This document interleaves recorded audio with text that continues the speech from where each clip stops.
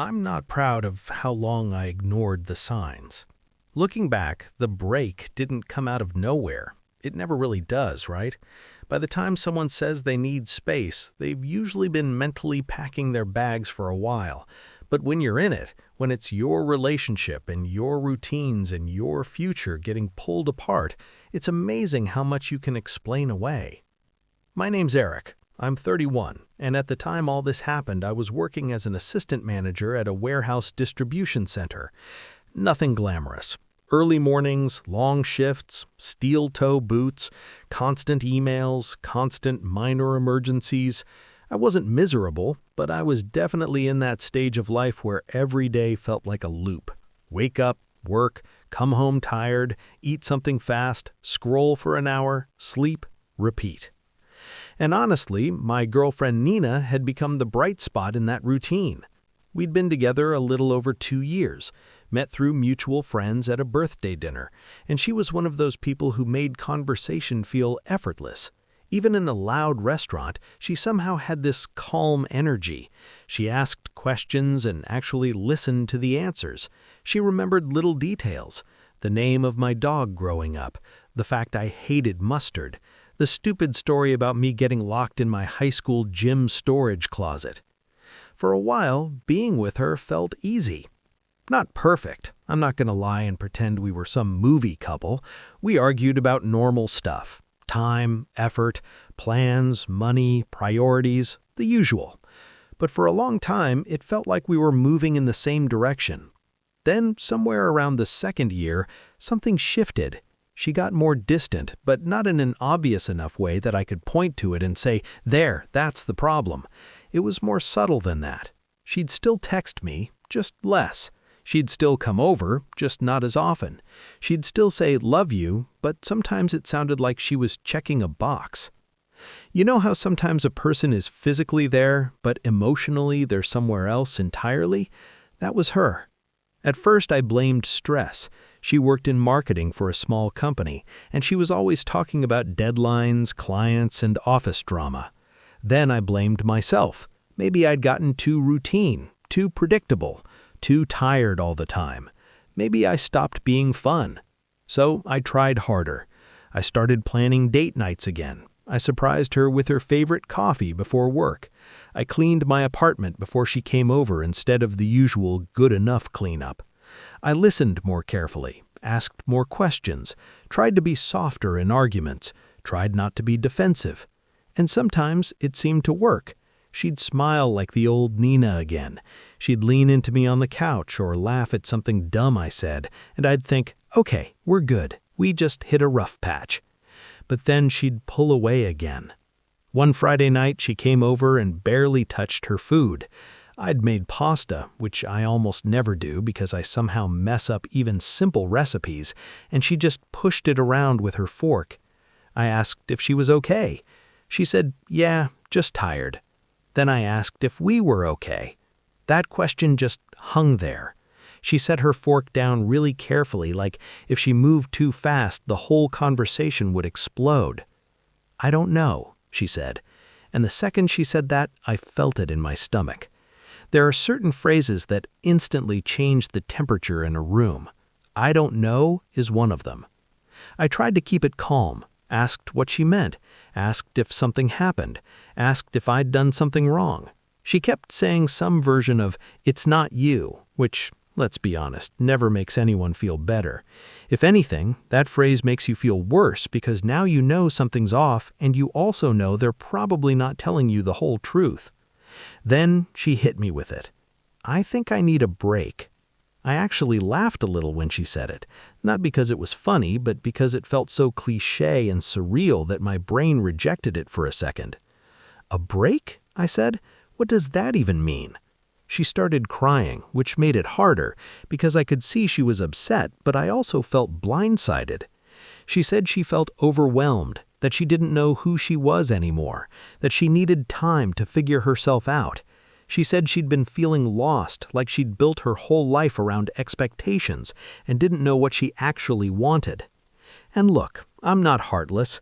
If someone genuinely needs space for their mental health or emotional clarity, I can understand that. But it was the vagueness that killed me. I asked, "Are you breaking up with me?" She said, "No, I'm not saying that. I just need time." I asked, "Are we still together?" She said, "I think so. I just need a little room to breathe." That answer made no sense to me then, and honestly, it still doesn't. I asked the normal questions any normal guy would ask. How long? What are the rules? Are we seeing other people? Are we talking during this? Is this actually a breakup with nicer branding? She got frustrated and said I was making it transactional. But I wasn't trying to make it transactional. I was trying to understand whether I was supposed to act like a boyfriend or start preparing to be an ex. Eventually, she said, "I'm not looking for anyone else. I just want a little time to think." And because I loved her, and because I was scared that pushing too hard would end things permanently, I agreed. That was probably my biggest mistake. The first few days of the break were brutal. You don't realize how much of your day is built around one person until they're suddenly gone. Every little thing reminded me of her. A show we watched together, a restaurant we liked, the hoodie she left at my place, the dumb candle she bought that smelled like cedar and vanilla and made my whole apartment smell like her. I tried to respect the space she asked for. I really did. I didn't blow up her phone. I didn't show up at her apartment. I sent one text on day 2 saying I hoped she was okay, and she replied hours later with, "I'm okay. Just thinking. Thank you for understanding." That text wrecked me more than silence would have. Because it sounded so polite, so distant, like a customer service message from someone I used to sleep next to. By day 4, my friends were telling me what I didn't want to hear. My friend Marcus said, "Bro, a break is almost always just someone wanting the benefits of a breakup without the guilt." I told him he was being cynical. He told me I was being naive. Maybe we were both right. By day 7, I was a mess. I wasn't sleeping well, I couldn't focus at work, and every time my phone lit up, my heart jumped. I kept replaying every conversation from the past 3 months, trying to figure out where things went off the rails. Then, on that 7th day, everything fell apart. It was a Saturday.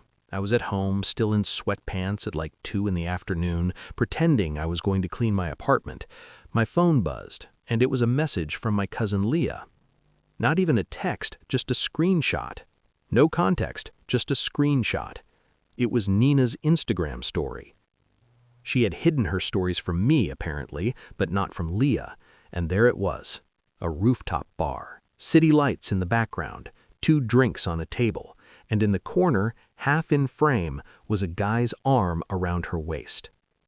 Not could maybe be friendly around her waist, not accidentally standing close around her waist, arm fully around her. My chest went cold. I stared at that picture for a solid minute, hoping I was misreading it somehow, hoping maybe it was old, hoping maybe the arm belonged to a gay friend or her cousin or literally anyone that would make this not what it looked like. Then Leah sent another message. "Sorry, I thought you should know." I remember just sitting there on the edge of my couch with my phone in my hand, feeling stupid more than anything else. Not even angry at first, just stupid. Because the whole "I need a break to figure myself out" speech suddenly sounded very different. Apparently, what she was figuring out involved rooftop cocktails and another guy's hand on her hip. I texted her right away. Not something dramatic, just, "Who is he?" She didn't answer. I sent, "Leah saw your story." Still nothing. Then, about 20 minutes later, she called. I picked up immediately. She started with, "I was going to tell you," which is such a ridiculous phrase because people only say that after they've been caught. I asked again who he was. She sighed and said, "His name is Trevor." The fact that she had the name ready made me feel even sicker. I asked how long she'd known him. She hesitated, and that hesitation told me everything before her answer did. A few weeks. A few weeks? So not someone she met during the break, someone who had already been in the picture before she asked for space. I asked if she cheated on me. She said, "Not technically." That phrase right there, that was the moment something in me just shut off. Not technically. That means yes in every way that matters.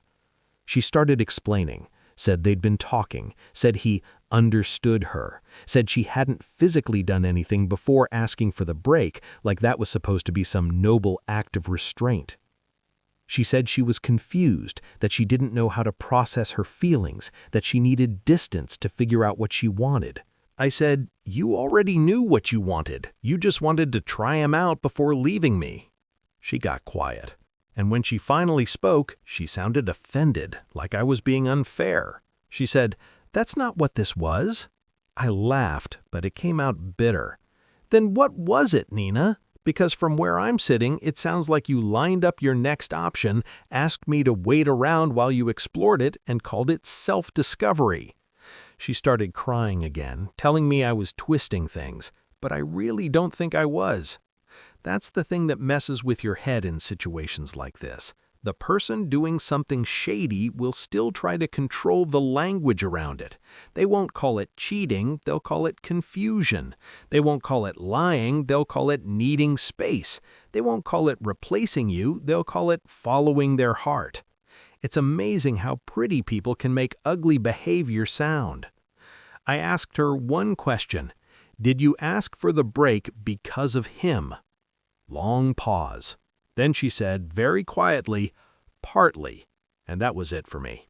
I told her we weren't on a break anymore. We were done. She started panicking then, which almost made me laugh, because suddenly she wanted to talk. Suddenly she wanted nuance. Suddenly she wanted me to understand that she was in a complicated place. But where was all that honesty when I asked if there was someone else? Where was all that nuance when I was sitting alone for a week, respecting her boundaries, assuming she was genuinely trying to sort out her emotions? I told her I wasn't interested in being someone's backup plan. I said if she wanted Trevor, or the excitement of something new, or the ego boost of being pursued, then fine. But she didn't get to keep me emotionally parked on the side while she test drove another life. She got angry after that. Funny how fast sadness turns into anger when manipulation stops working. She told me I was being cruel. She said relationships aren't black and white. She said I was reducing her to one mistake. She said I didn't understand how trapped she'd been feeling.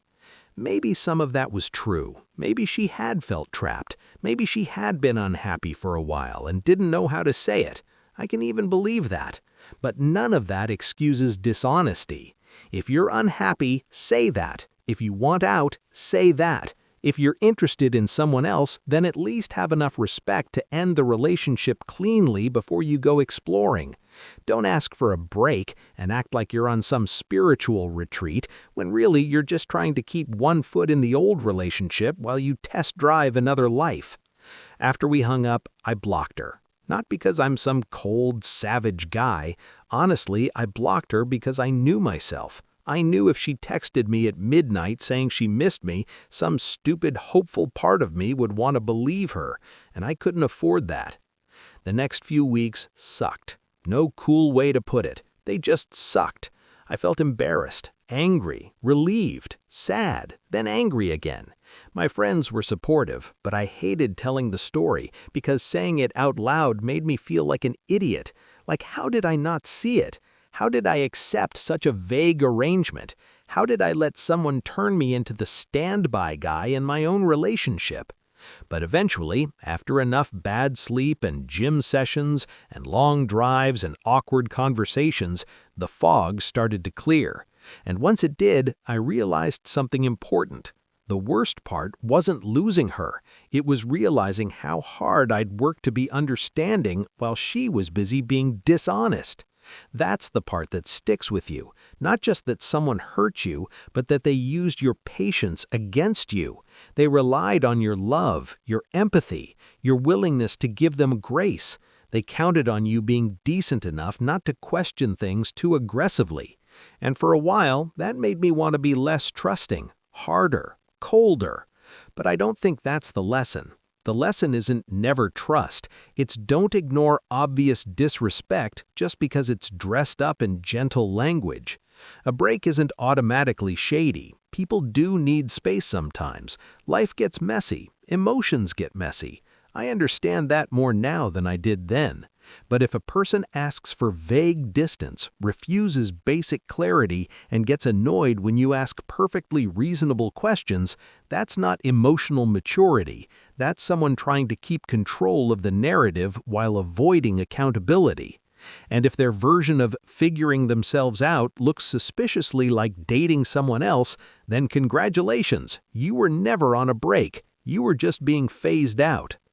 A few months later, I heard through mutual friends that things with Trevor didn't last. Apparently, the exciting new connection lost its magic pretty fast once it had to exist in real life instead of secret texts and rooftop drinks. I wish I could say that gave me some huge sense of victory. It didn't. Mostly it just confirmed what I already knew. What she wanted wasn't him specifically, it was escape. Novelty, an exit ramp she didn't have to feel guilty about. And me, I was the comfortable thing she wanted to hold on to in case the leap didn't work. That part still stings, if I'm being honest, but it also taught me something I probably needed to learn. Love is not supposed to require you to abandon your self-respect. You can be compassionate without being blind. You can be patient without becoming passive. And you can absolutely love someone while still refusing to let them treat you like an option. So yeah, when my girlfriend said she needed a break to figure herself out, I believed her. A week later, I learned what she was actually doing during that break. She wasn't finding herself, she was seeing whether she liked losing me.